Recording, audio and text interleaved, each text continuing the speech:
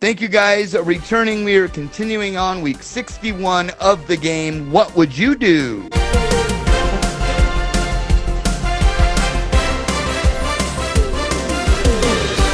Let's go.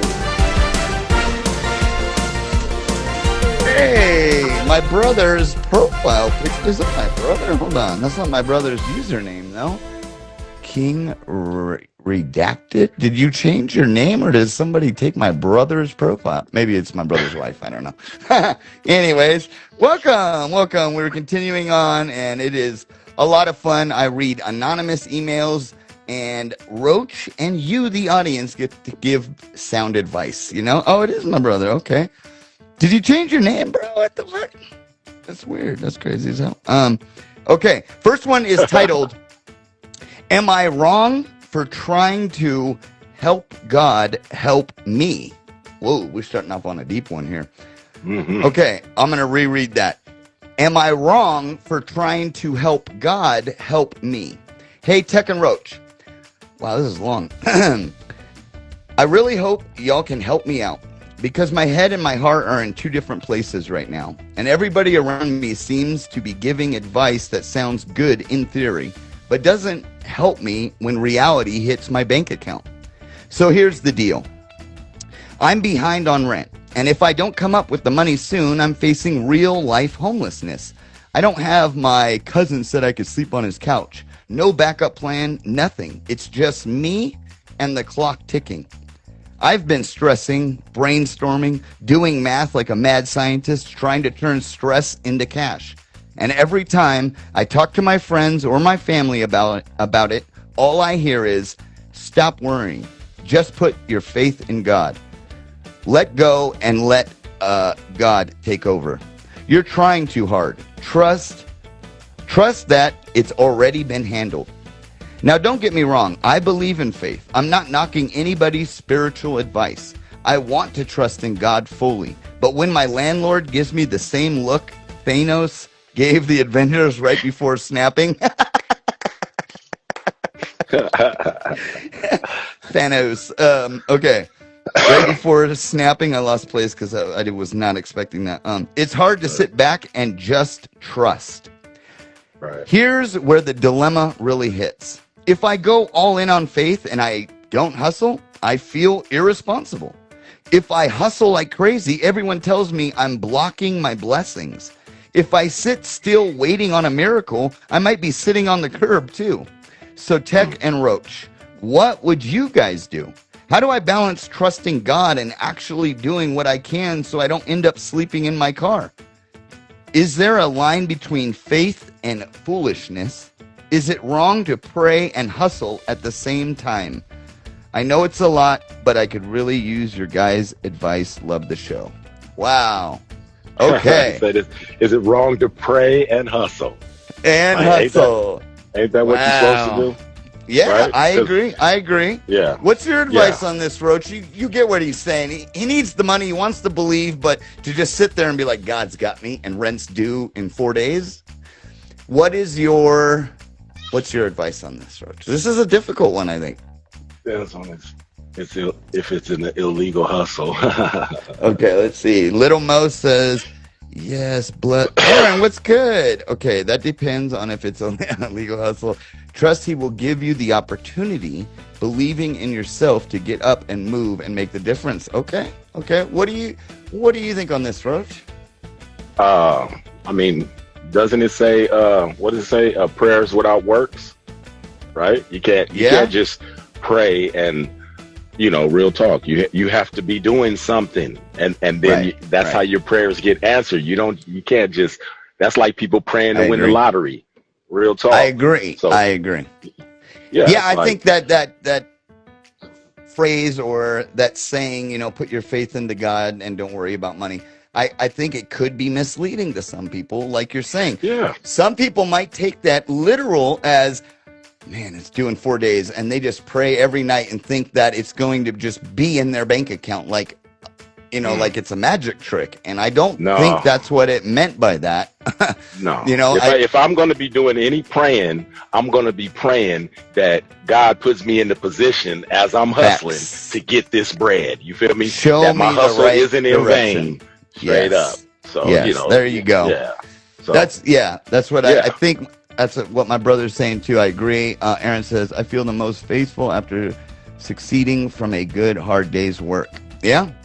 Yeah. I just think exactly what you guys are all saying. Yeah. Praying that God guides you in the right direction and makes the right moves to solve your problem. Right. Hopefully it's already written. Because if everything is written, it's either going to come or it ain't. Facts.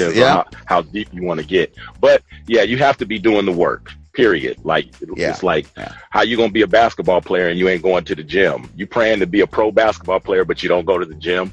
You have to work. Right.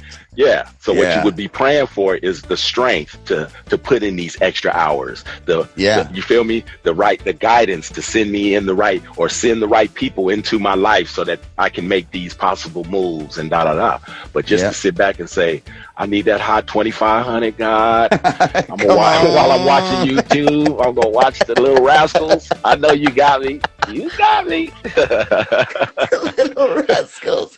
You got me, God. Come on, you won't let me down. Yeah, that's. I mean, it's like, look, check it. It's these two preachers, right? And they ride their bicycles to church every Sunday, right? And they pass each other as they go to their churches. And one morning, one of the pastors was walking, and so the other pastor said, "Hey, brother, I see you ain't got your bicycle. What happened to your bicycle?"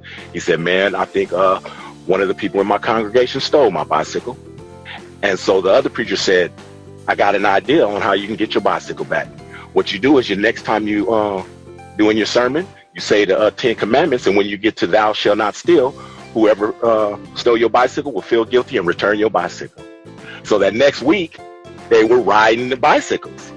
And so he said, hey, brother, I see you got your bicycle back. Did you do what I said? He said, yeah, I did exactly what you said. And when I got to thou shalt not commit adultery, I remember where I left my bicycle.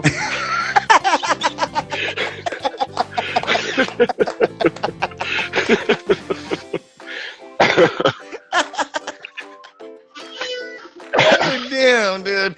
I don't know where you always have a good advice or a fucking incredible joke at the right moment, Roach. No bullshit. Where do you think that came from? Is this all from my your mama? Mom? Yeah, my mother, bro. Man. Yeah, because my mother, every morning before she passed, every morning we would exchange jokes. So when I call her, she say, "Baby, I'm ready. Dope. I got my pen and paper." So I had to have a joke for her, or she would have one for me. You feel me? Yeah. And my mom was religious. We grew up Catholic, and then we got to the point to where we could talk about it all. You feel me? Yeah. Man, that's super dope. That is super dope. That's funny. My family were a bunch of smart asses too, and I think that's why we clicked from the beginning. Roach is like, I totally understood your sense of humor, and not just understood it. We had the same type of shit, like the little clip we shared, A Great White. Right? For me to just throw in, fuck the porn, let's wrestle. Right? Like that. Dude, the reason that clip is funny to me personally is because of how you laughed, right? It is like, it's a great feeling when you make somebody laugh, right? So right on, yeah. That is my favorite part of the clip, is that you actually are laughing, right? And I love, oh my God, that shit was hilarious that night. That shit was so fucking funny. Man, and shout out Great White. He's always the butt of our joke, but he takes it on the chin. He's a soldier. We love you, brother. We love you. Yeah. Okay, I got to answer Little Most in the chat here. He says, please tell me what you think about the new AI gospel singer who is hit #1 on the gospel billboards. I didn't know, but the only thing I could say, I have my own personal feelings about AI, but I'll say it like this. It's here. It's not going anywhere. We all have the same tools at our fingertips, right? So that just means somebody's not delaying. They're not wasting 1 minute of time. They're utilizing the tools and they're benefiting and profiting off of it. So as a creative artist, I feel some type of way about AI, but at the end of the day, you either use it or you get left behind. It's here, it's not going anywhere. And yeah, I mean, look, man, check this. I was gonna call you and let you know about what, another venture that I got going on. I'm dealing with a world-renowned painter, right? Okay. And so in dealing with him, I'm doing my homework, I'm doing my studies, understanding, the oils from giclées to originals and all this. I'm trying to get my understanding. And so finally they come back to me and they ask me, we would like you to host our auctions. Oh shit. In Vegas. So I'm doing my first one on the 20th. Hell, but I was saying that because that's how you get down, and you real talk, and maybe we can slide some, and see what we can get popping, bro. Yeah. Do that. Yeah. Let's absolutely do that. I love that idea. So I love that for sure. Yeah, for sure. All right. Okay, we'll go on to the next. Oh, hold on. What do you think about an AI gospel singer hitting? Oh, my bad. That's why I said that. That's exactly why I brought that up. My bad. Oh man, shit. Yeah, real talk. Like all this year, bro, I've been saying I was a certain age when I'll be that on my birthday. Oh man, shit. Yeah, real talk. Yeah, you already jumped ahead and shit. Was practicing, I guess, real shit. But I said that to say, as I'm doing my homework and studying, right, I run across 2 AI artists that they created. 2 AI artists that create art. Okay, so somebody created. It's a female and a dude. So they created the female. Her entire bio is made up by AI. It lets you know that. So she's not real at all. And so they're making AI art and saying she made it.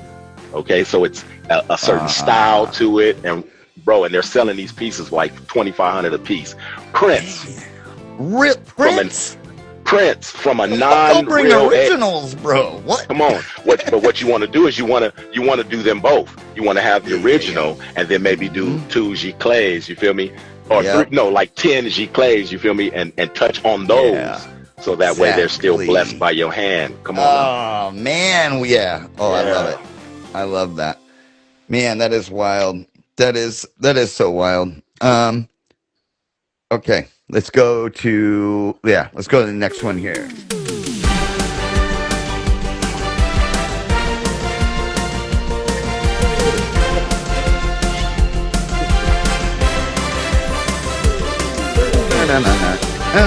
Okay. All right, next one is titled, Should I... Wait, let me make sure I'm in the right one, because that one was a lengthy... Oh, so is this. Should I start over at 45 or keep struggling where I am?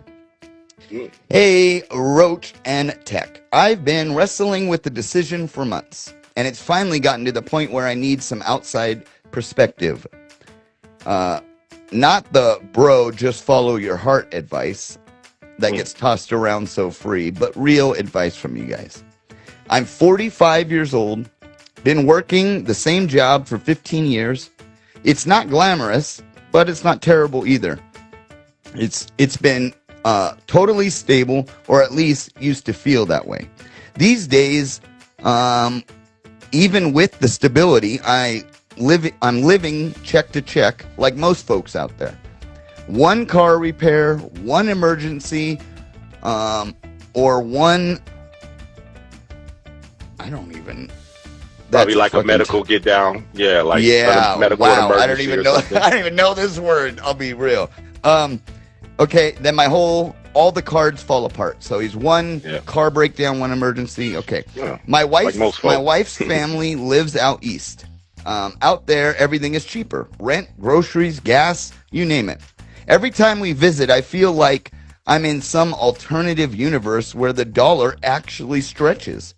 Her mom has been hinting that we should move back, get a fresh start, save money, and build something real again. But I do have a dilemma. If we move, I'd have to quit my job that I've had for 15 years, the job I know like the back of my hand, the job that even when it pays just enough, it still feels familiar and safe. Starting over at 45 is terrifying. A new job, a new routine, new people, new everything. And there's no guarantee I'll find something stable quickly when I get out there. But if we don't move, we continue living check to check, struggling, stress, always in the background, feeling like we're barely holding on to a place that's becoming too expensive to survive in. My wife is supportive either way, but I can tell her heart is pulling her back east. She misses her family. She misses her home. And honestly, I don't hate the idea of a fresh start. I'm just scared of losing everything we've built and chasing something uncertain. So guys, what do you think I should do? I'm genuinely stuck. Genuinely stuck. Well, you know, that's how people stay broke. With because you're allowing your paradigm to hold you back, the fears, all this extra shit. But if you're it's like this, like, you know, at the job, they would, if they came at me crooked, I would let them know I can do what I do anywhere because I'm talented. That's the difference. So, you know, real shit. I'll walk out or you could throw me out. It does not matter. I'm talented. I believe in myself. You dig what I'm saying? I believe I can do what I do anywhere. So with that being said, if you're willing to work and you know this is an idea, like, plan, bro. I mean, start looking now.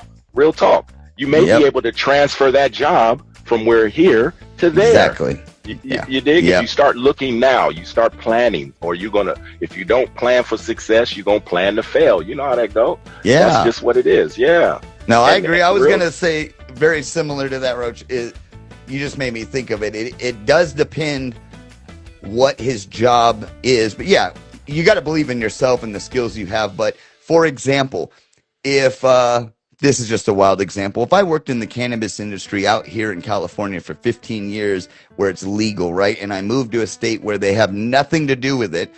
Well, my whole work experience is within that. So it'd be harder to transition to something else, although you could still transition your skills. But let's say you work in retail. That's everywhere in the U.S. You work in shipping truck and driving, receiving. That's everywhere. Warehouse work. That's everywhere. Management. You can manage any type of industry if you're a manager. It's a set of skills. So, yeah, whatever you've done for 15 years, the core skill set, research what is out there available in that core skill set. It doesn't have to be McDonald's to McDonald's. You know what I'm saying? And you coming from here, going there, bro, you're going to, believe me, you're going to have way more experience and points and seniority coming from California messing with them. And I want to say, my brother is fucking the prime example to give all the advice. My brother has moved 387 times, Roach. I swear, this dude has moved so much. He was in North Carolina, Chicago, Ohio, back to Cali, back to Georgia, and I'm missing places, but he kept going after the next promotion, right? And what that did was to me, right, as his brother, I see him chasing the dollar, but he got that dollar, and he got to experience life in all these different places, right? It's such a different lifestyle. My brother is the reason I listen to rap, Roach. He was Mr. Thuggy Thug, okay? And then he moves to fucking North Carolina, and he's like, howdy, with a hat and shit. And I'm like, what the fuck? I love you, brother. But it's just, things change in life, and you're going to miss out. Me and my brother come from a very small community. So all the people that were scared to take the chance, they're still here in this community doing the same shit they did in 1998. You know, so no, research, put in the work. There is a job available. There's 11 million jobs that pay over $85,000 a year across the United States open currently. Right now, 11 million jobs. You'll find something. You'll be fine. Yeah, you'll be fine. Yeah, I think you're good, but do your research. And you got the support of your wife. You know, it's different when you're going solo dolo and don't know what direction you're going. You got your wife, you got your wife's family, you know. Yeah. And that's it. And Roach, we've had these talks. having the support of your wife is so fucking important for a man, because Roach has told me when, I'm not going to quote it right, but Roach, when you said, you know, like when a man is in love with a woman, he'll move a mountain for her, right? You know what I mean? It's like, so to have that support is everything. You could go anywhere in the world. You guys are each other's support system. You'll find something, you'll survive. Just put in the work and research for sure. Especially when you got that kind of person. Yeah, you'll be straight. Yeah, you'll be good. Yeah.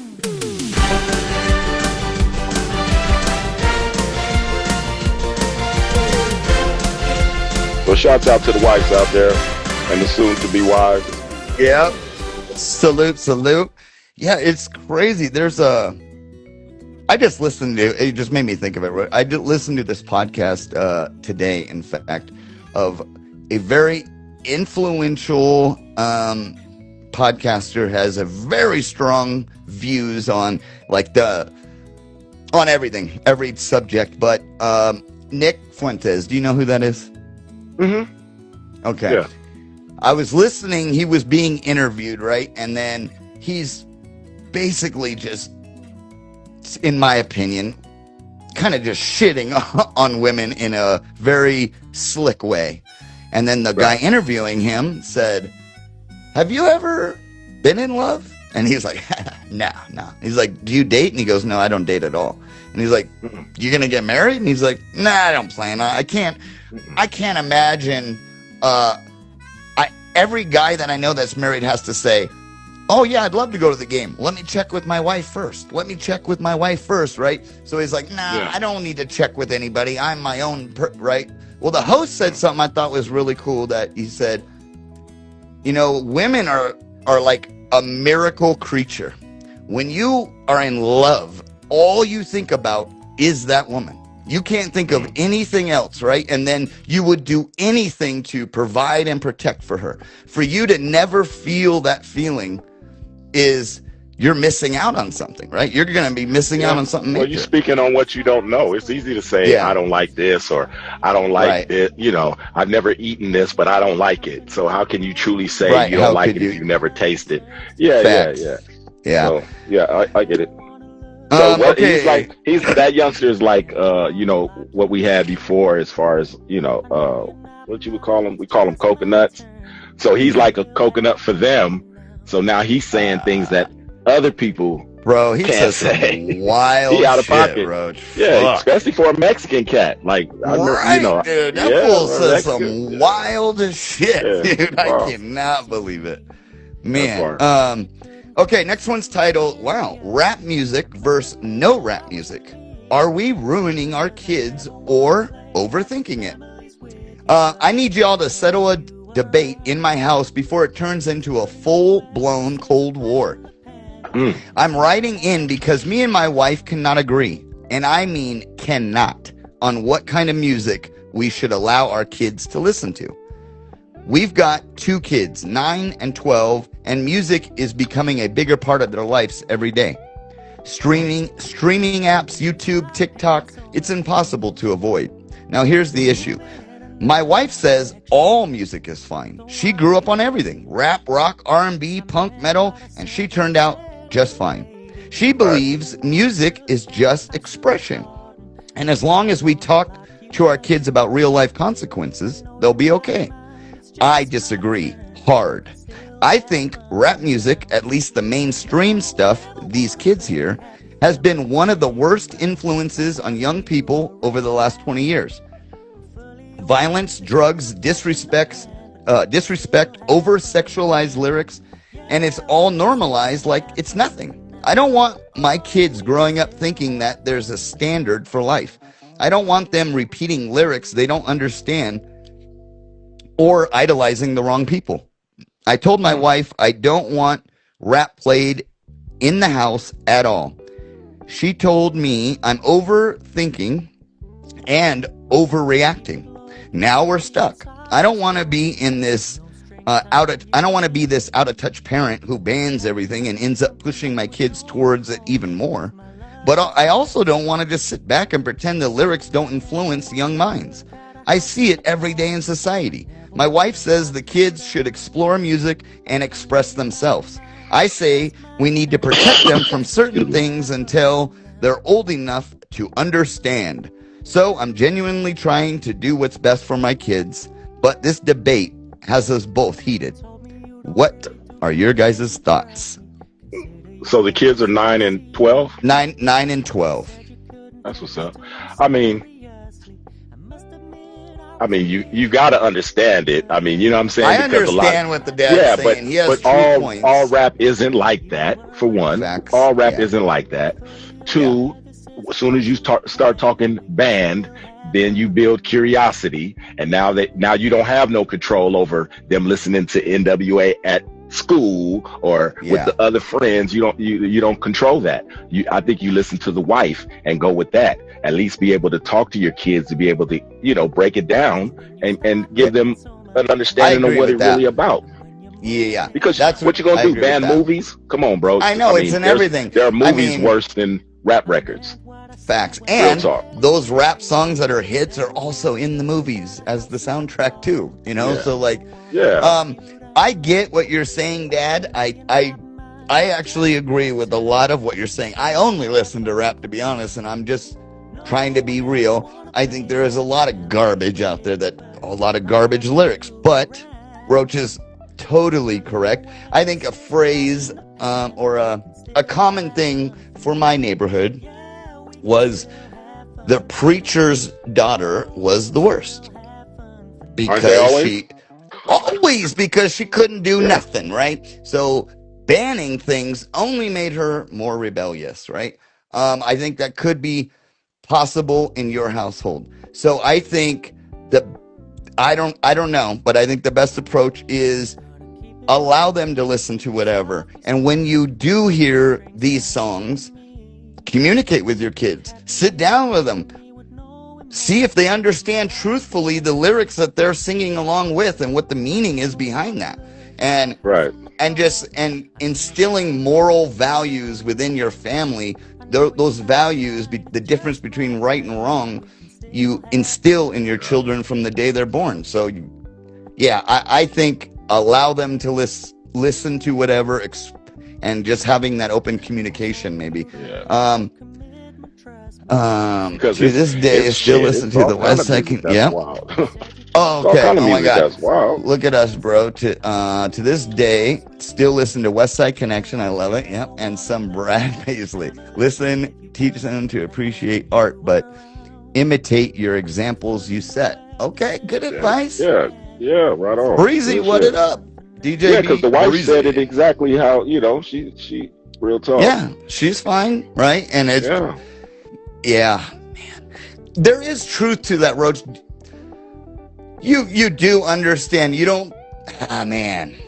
Just think of I know this is a struggle in a lot of households right now.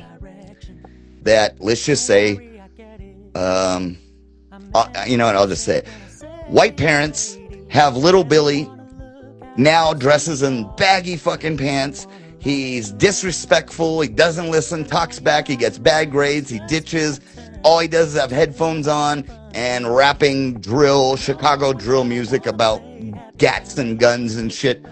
And I do think friends are a bigger influence a lot of times than any parent, they have a lot of times. So I do think the dad has some type of point here, but do you believe a kid, like that scenario I just said, if the parents were to sit them down and be like, listen, Billy, I know you love the culture and all that, but you're singing about pimping out bitches and, hey, get it, Billy. That's not gonna, get it, Billy. Get it, Billy. It ain't gonna change nothing in his mind. Real talk. That's the cool part. That's just that's a form of art, even though it is what it is, and we already know why it's being promoted. It's being promoted to do exactly that. Real talk. It didn't always be that. It was communication, style, it's different things, and now we know why they're using it, but that's not the only thing out there. And I'm sure that's not the only kind of rap that your children like. And if you used to be in the rap, show them what it used to be. Like when I show my kids my old cartoons I used to watch, they'd be like, what's wrong with the color? Like, why does it look like that? Yeah. But look, Tom and Jerry, they love that shit. And my daughter, she said, baby, Daddy, could we watch Slow Dog? And I'm like, Slow Dog, Droopy. She called Slow Dog. Can we watch Slow Dog? So, yeah, man, come on. It's about experience. And if you have some, instead of blocking their experience, show them some. Especially, real talk. Have music night. Like we bumping whatever, okay, everybody gets to choose a record, to hear whatever, and let them play their shit. And you'd be like, and then y'all play and you can make a fun night of it, but also you can learn what your kids are on. Man, my brother was a bad influence, Roach. I'm listening to In Vogue, right? And Boys the Men. I'm like, end of the road. And I'm like in my room singing it up. My brother brings in Two Live Crew, right? And then from that day on, I'm in my room. Me so horny. Oh, you can't be mad at that. Hey, I remember my mom. Dude, and I didn't even know, bro. It didn't even connect. I think I was 8 or something. I'm in my room like, me so horny. And my mom came in like, what the fuck are you listening? Yeah. Like, my son. It turned out fine. He messed around and spit in class because of Missy Elliott's record. When how she goes hot too. Spit. Oh, yeah, I know you're talking about. So we've all been there, bro. Like if you got kids during the rap era, you've been through it. Like what the? Yeah, man. Yeah. It's like, how do I tell my kids they can't listen to rap when that's what I make? I make rap music. I know. I make hip hop music, but they can't hear it. Like that's. Yeah, that's a stretch. Okay. All right, let's go on to the next one. Here we go.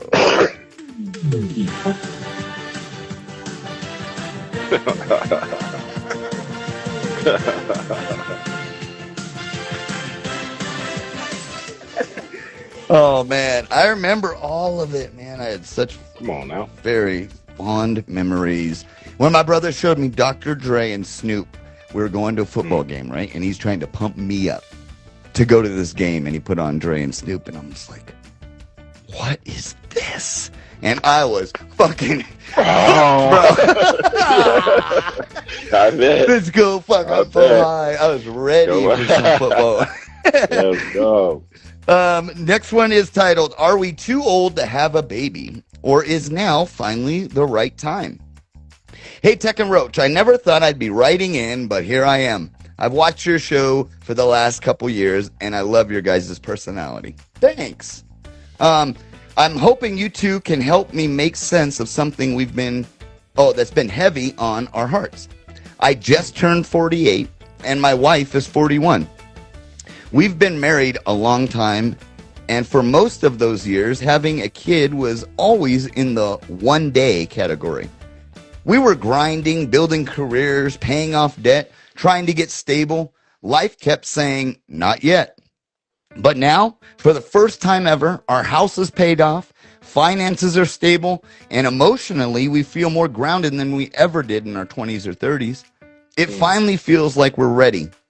And that's where the problem is. My wife brought it up first. She said she still feels that desire to be a mom, but she also scared because of her age. We know the risk. Pregnancy. Yeah. High risk pregnancy, complications, fertility issues, the whole list of doctors talk about. On my side, I'm torn. Part of me thinks this might be our last real chance to experience raising a child from birth, something we quietly always wanted. Another part of me wonders if it's selfish to try knowing all these risks, and whether we should think about adoption. Okay. It's not an easy topic, but we're caught between dreaming and reality, time and biology, hope and fear. We feel prepared now more than ever, financially, emotionally, mentally, but we're unsure if to take that leap considering all the possible outcomes. So what do you guys think? At our age, do we take the risk, or should we legitimately just consider adopting? That's heavy. But how old was I when I? I don't know I'm just not educated on it. What is an unsafe age for a female to have a kid? After 35 is what they consider geriatric pregnancy. Really? You know, that's when, yeah. But you know, a lot of I had my daughter when my last daughter is 11 now. So I was 48. Oh, really? Yeah, I was 48. Oh, there you go. And her mother was 48. Her mother, I want to say, was 40, 45, 44, shit, okay. 45. Yeah. And he's 48. His wife's 41. Man. Yeah. Okay. Yeah. How old are they? Okay, Little Mo's. He is 48. Wife's 41. I will tell you this, my own opinion. I think it is a biologically built into a female to be a mother and to have kids. It is built into them that is their lifelong goal, right? But it's young women. It's a lot of young women for some reason nowadays, bro, that are having issues. Like they're having premature babies. I mean, like more than ever. It's a lot of babies in the NICU. You know what I mean? So there is, bro. Yeah, but I mean, usually when you have children, you don't go into it thinking about all the negative shit. Right. You know what I mean? Like, I mean, I understand fear and all that, but then again, I'm not the one delivering or hatching it and all the extras. So yeah. I can't say. I agree with most. I was going to go shit, I wasn't afraid. Right.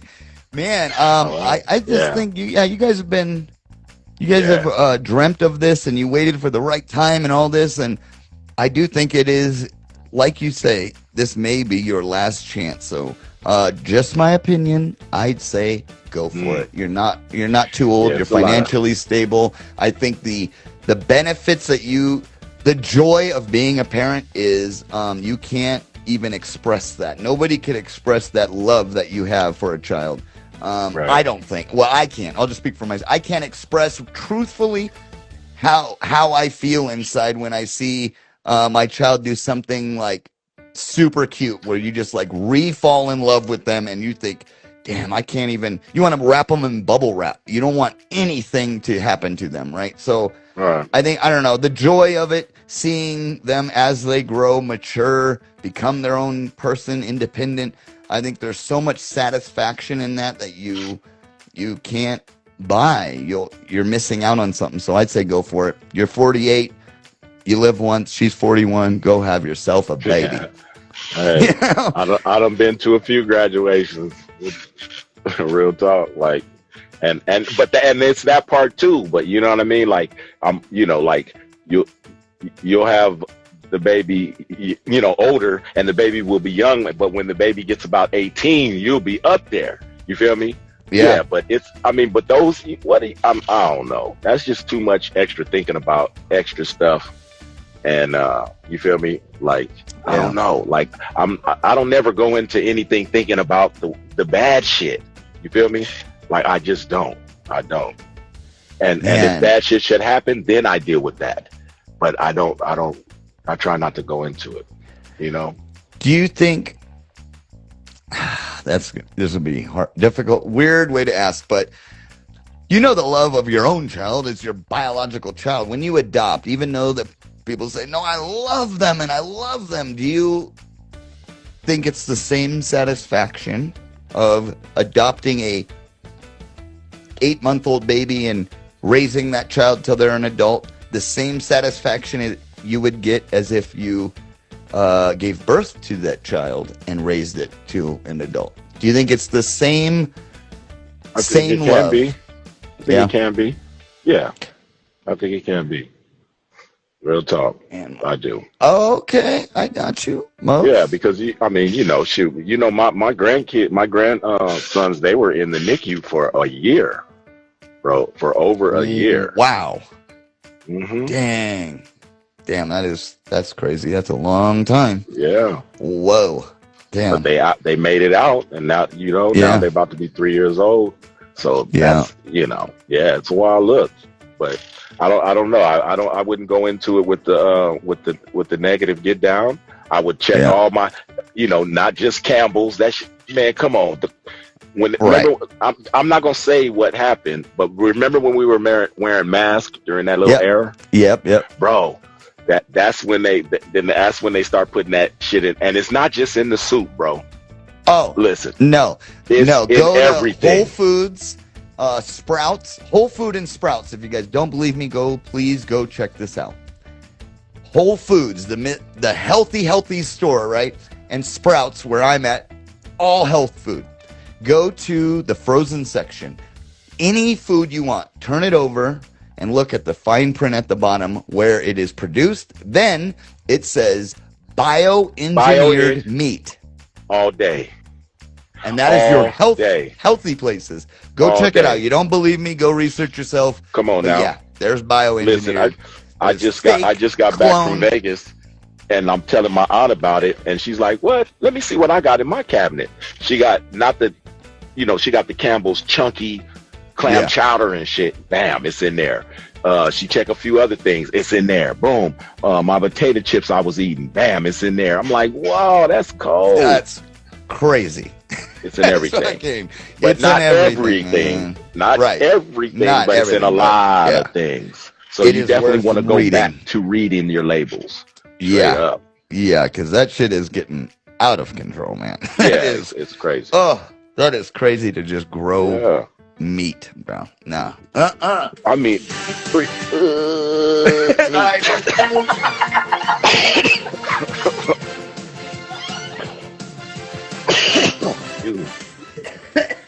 yeah. And yuck. They told you what's coming.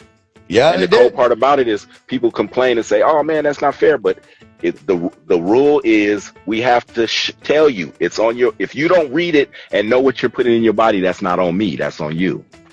Mm-hmm. Oh, yep. Because early on when we were learning how to count calories, motherfuckers was back there like, those are Zorbinate. Ooh, I don't want that in my body.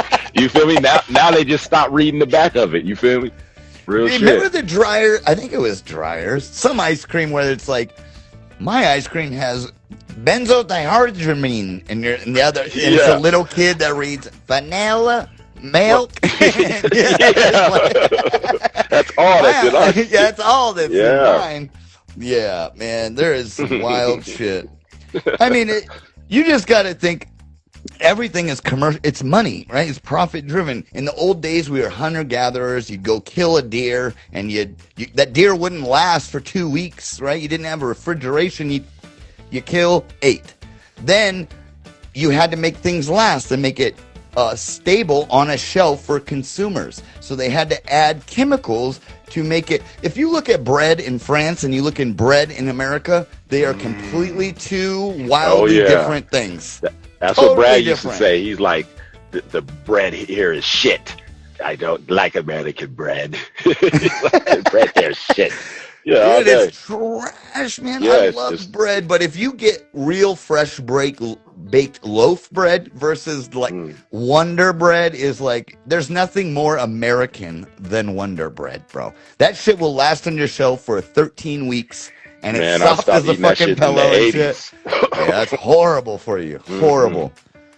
Oh, Little Miss is yelling down the stairs for me. I'll get you in a minute. Yeah, that's what I mean. Yeah, that little girl. So that's what I mean. Back to the. You better watch what you're eating. No, I'm just saying you need to really pay attention to what you're eating. Need to. Yeah. That is a fact, man. I mean, just think of. Little Most touched on it, and we don't need to go down that rabbit hole, but how many people had cancer in 1950s and what kind of food were we eating versus how many people have died of cancer and other diseases and what kind of food are we eating? The changes are all that shit different. Like nobody understood when you do this every morning with your you put metals and then all of a sudden, in your fucking armpits. And then all of a sudden you got it here. Yeah. And all of a sudden yeah. That's a fact, man. That is so fact. And the toothpaste I've heard forever, Roach, but after you saying there's a fucking rainbow. I have a rainbow. I have gay pride on the bottom of my fucking toothpaste, bro. Straight up. And dude. Did you look at what those colors mean? Oh, dude. Yeah, but I don't even know the words. Like, I don't even know how to pronounce them. You know what I mean? It's straight like poison. That's why you have to go to the dentist. It's so you come on. It's just like the stock market. The stock market is held up by only 4 companies. Real talk. It's a lot of stocks, but it's held up by 4 companies. It's like, okay, I grow weed. You have a dispensary. Yeah. So I grow the weed. You buy the weed from me. Then, but then the products that you sell, I buy those from you to sell in my spot. It's just a flywheel that keeps going. And that shit about to bust. Real shit. Yeah. It's about to break.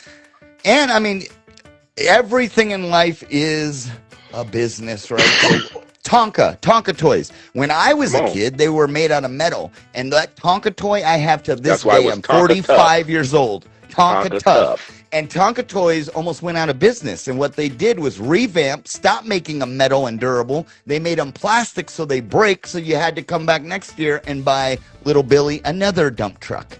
Right? That's all day. That's how everything is. Everything used to be built so great and just strong, like long lasting. Elijah McCoy, real quick. Elijah McCoy was the reason.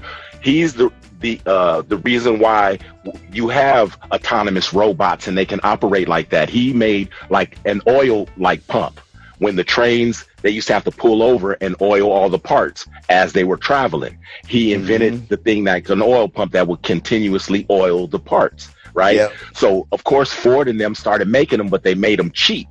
And so they was breaking and all this. And that's where the term, I want the real McCoy comes from.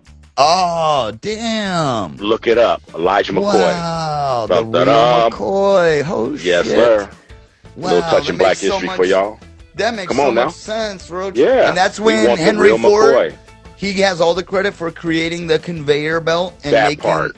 Oh, my goodness. You just made so much I want to say it's 1837. Damn. Like that. Yeah, look it up. Elijah McCoy, wild. You're welcome. The real McCoy. That is some gem right there. I did not know that. That's where the real McCoy comes from. The real McCoy. Yep. Hey, I don't want the shit Ford make. Good shit. I want the real McCoy.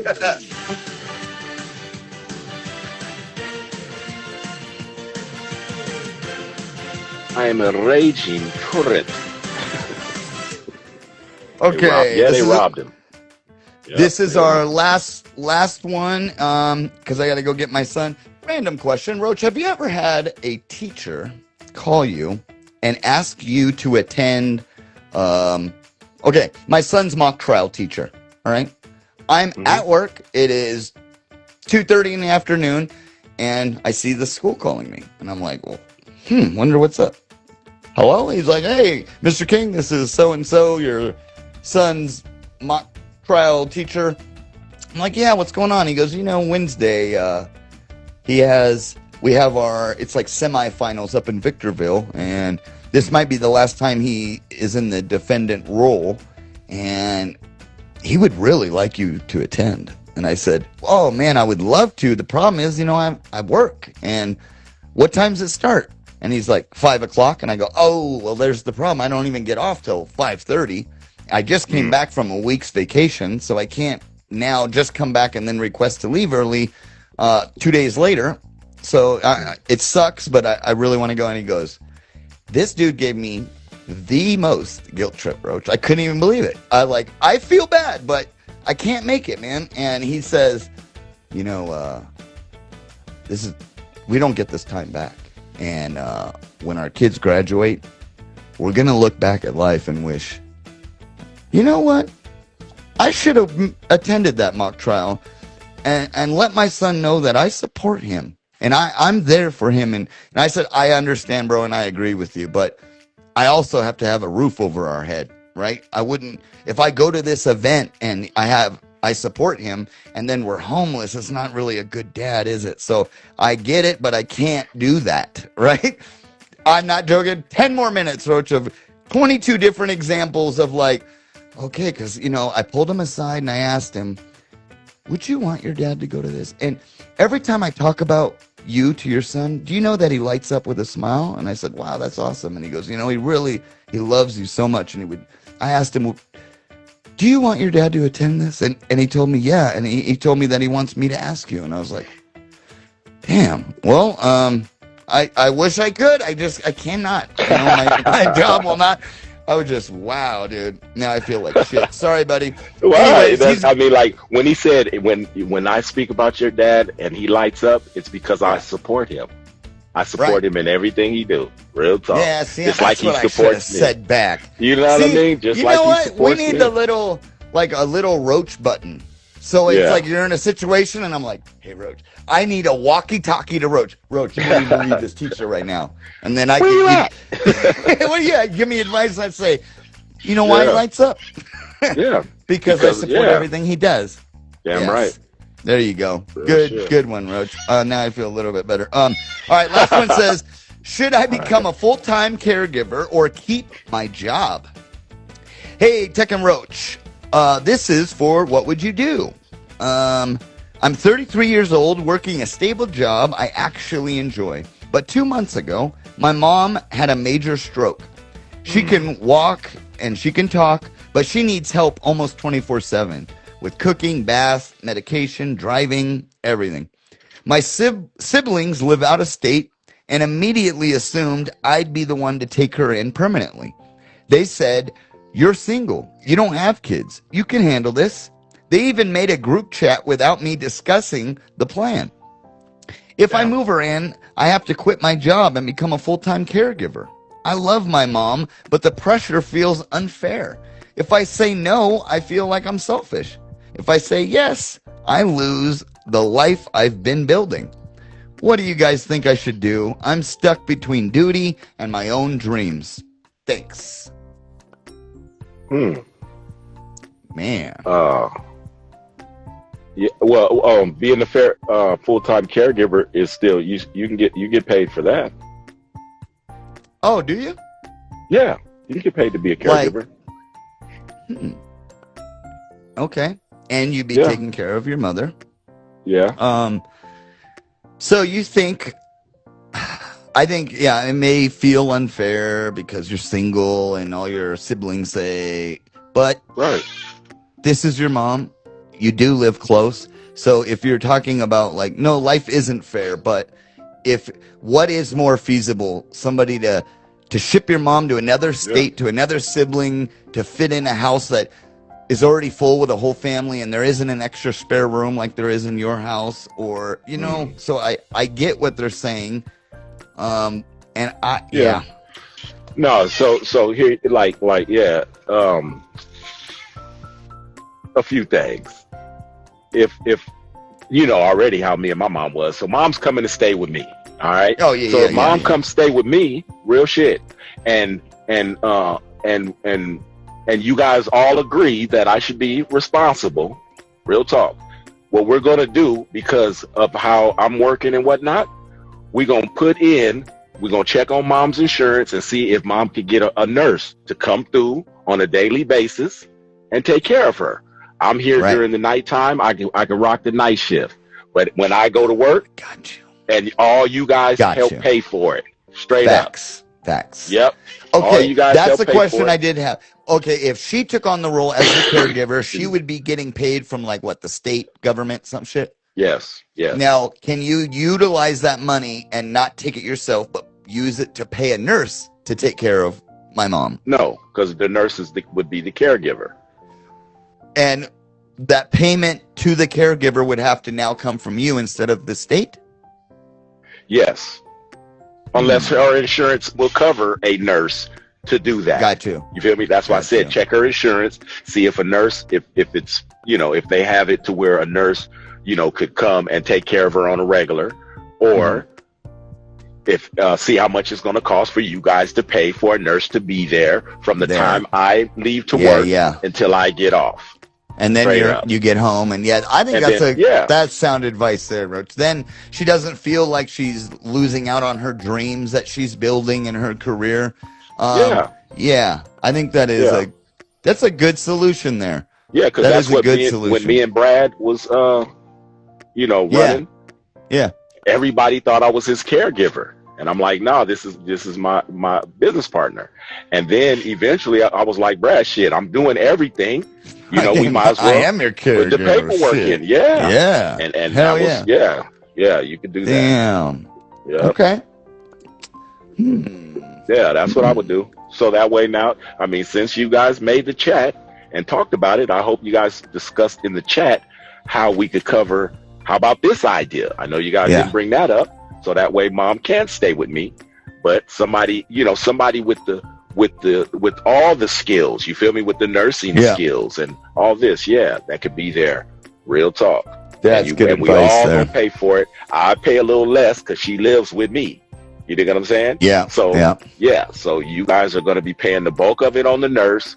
I'm going to cover the house, the room, and all of that. And that's only fair for our mother. I agree. I think that's a awesome solution. That is the best way to do it. And everybody kind of gets their way, so to speak. Yeah. You know, everybody gets covered. So I think that's great advice. Yeah. And she'll get the best care that way. You feel me?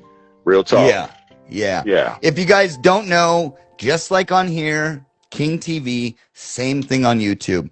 Do me a favor, tell one friend about it. If you're not subscribed, will you please go subscribe? We're trying to rebuild what we have here over there, and we would like your guys' help. So Kingtv on YouTube, please go over there. We're going to be streaming live over there, maybe as soon as our next episode next week, starting next Wednesday.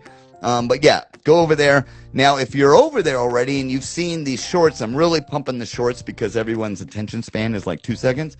They get a lot of traction. I've been really pushing, if you guys aren't aware, Wu-Tang, a lot of these members had children, right, that are also artists. There's the second generation Wu. If you guys are not familiar, I've been posting clips for a reason of Ghostface Killer's son, Method Man's son, You God son, and Old Dirty Bastard's son. All 4 of them are on one song, Second Generation Wu. Go check out my YouTube. There's little highlights, and I have a surprise starting next week, next Thursday. I won't tell you who it is, but there's a reason I've been putting these clips out. So make sure you tap in tomorrow night. We have Big Herc out of Ontario, MC out of Ontario, and then next week, we got some exciting guests coming up. So appreciate you, Roach, and everybody that tapped in. Much love. Ayatollah. Salute, my brother. You guys have a wonderful evening. You've entered the hierarchy. 7:30 p.m. Pacific Standard Time. We only welcome kingship here. You gotta be a king, right? I am a member of the kingship. Welcome to the king's table. Hey, yo, King Tech, okay? Phantom, I heard Yo, you about Roachkilla, you know King's fly only first class.